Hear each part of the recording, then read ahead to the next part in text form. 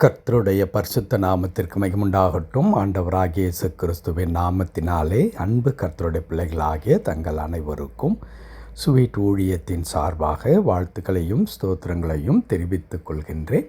சங்கீதங்களின் புத்தகம் 55ஆம் சங்கீதம் 22வது வசனம். சங்கீதம் 55 வசனம் 22. கர்த்தர் மேல் உன் பாரத்தை வைத்துவிடு, அவர் உன்னை ஆதரிப்பார், நீதிமானை ஒருபோதும் தள்ளாட விட்டார்.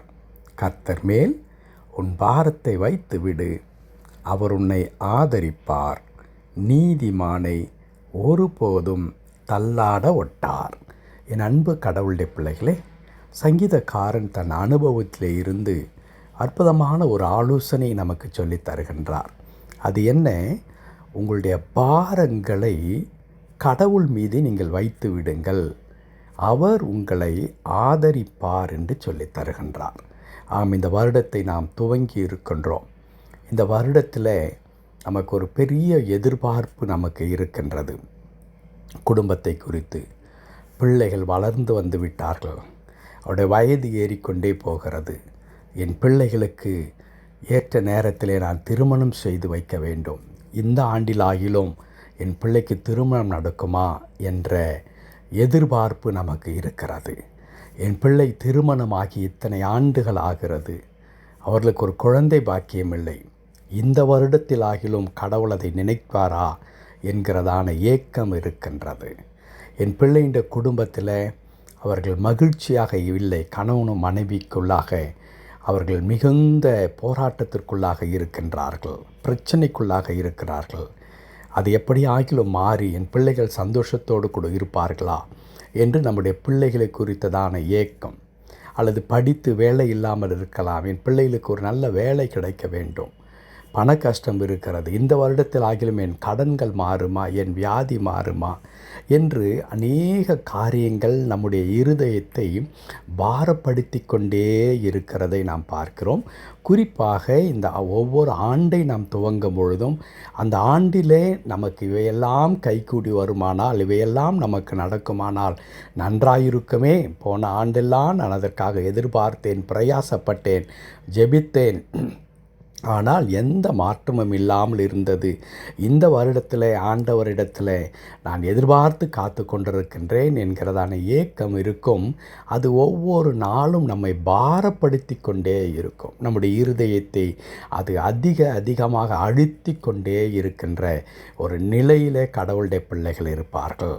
தாவீது அப்படிப்பட்ட நமக்கு சொல்லித்தருகிற ஒரு அற்புதமான ஆலோசனை தான், உங்களுடைய பாரத்தை, உங்களுடைய கவலைகளை கடவுள் மீது நீங்கள் வைத்து விடுங்கள், அவர் உங்களை ஆதரிப்பார் என்று சொல்லித் தருகின்றார். என் அன்பு கடவுளுடைய பிள்ளைகளே, நாம் ஏன் கடவுள் மீது நம்முடைய பாரத்தை நாம் வைக்க வேண்டும் என்றால், யோவான் 15ஆம் அதிகாரம் 5வது வசனத்தில் கடைசி பகுதி இப்படி சொல்லுகிறது, என்னாலே அன்றி உங்களால் ஒன்றும் செய்யக்கூடாது என்று.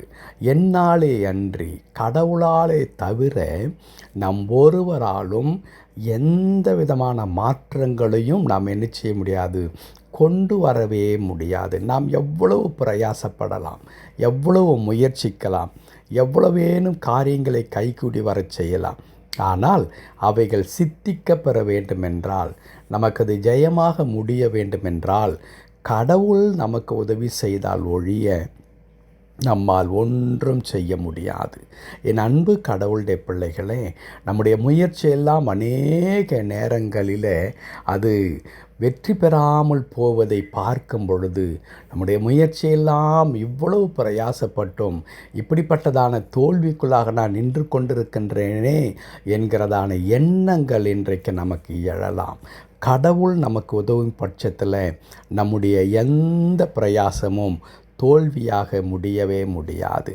நாம் கடவுளிடத்தில் நம்முடைய காரியங்களை எதிர்பார்த்து அவர் நமக்கு செய்ய ஒழிய நாம் வீணாக கவலைப்படுவதினாலே, நாம் வீணாக கடவுளை நாம் எடுக்கின்ற முயற்சியினாலே எந்த விதமான பயனையும் நாம் கொண்டு வரவே முடியாது. ஆகையினால்தான் கர்த்தருடைய தாசன் இப்படி சொல்லுகிறார், நீங்கள் உங்கள் பாரத்தை எல்லாம் கர்த்தர் மேல் வைத்து விடுங்கள்.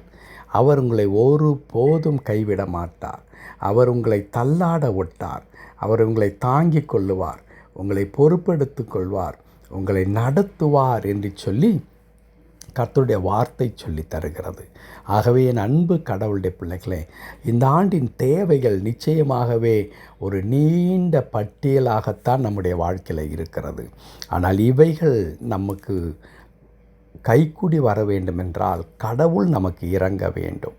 கடவுள் இறங்க வேண்டுமென்றால் அவருடைய கரத்தில் நம்மை ஒப்பு கொடுத்து விட்டு, ஆண்டவரே நீர் என் காரியங்களை பொறுப்பெடுத்துக் கொள்ளும், நான் உம்மை நம்பி இருக்கிறேன் என்று சொல்லி தேவனுடைய திருக்கரத்தில் நாம் அர்ப்பணித்து விடுவோமானால் கடவுள் எந்த கடினமான காரியத்தையும் ஆண்டவர் மிகவும் எளிதாக நமக்கு செய்து தருவார்.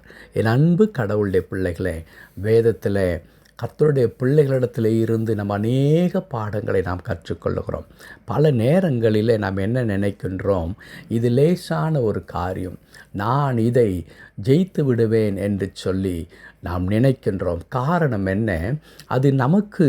அது சாத்தியம் என்று நாம் கருதுகின்றோம். எனக்கு அதை குறித்ததான நுணுக்கங்கள் தெரியும், எதை எப்படி செய்ய வேண்டும் என்று எனக்கு தெரியும், ஆகவே மிக எளிதாக நான் அதை செய்து விடுவேன் என்று சொல்ல முடியும். ஆனால் அன்பு கடவுளுடைய பிள்ளைகளே, அப்படி பல நேரங்களிலே கடவுளை சார்ந்து நாம் நிற்காத பொழுது எளிதான காரியத்தில் கூட ஒரு மிகுந்த தோல்வியை நாம் அடைகிறவர்களாக இருப்போம். வேதத்தில் அநேக சான்றுகள் அப்படி இருக்கிறது.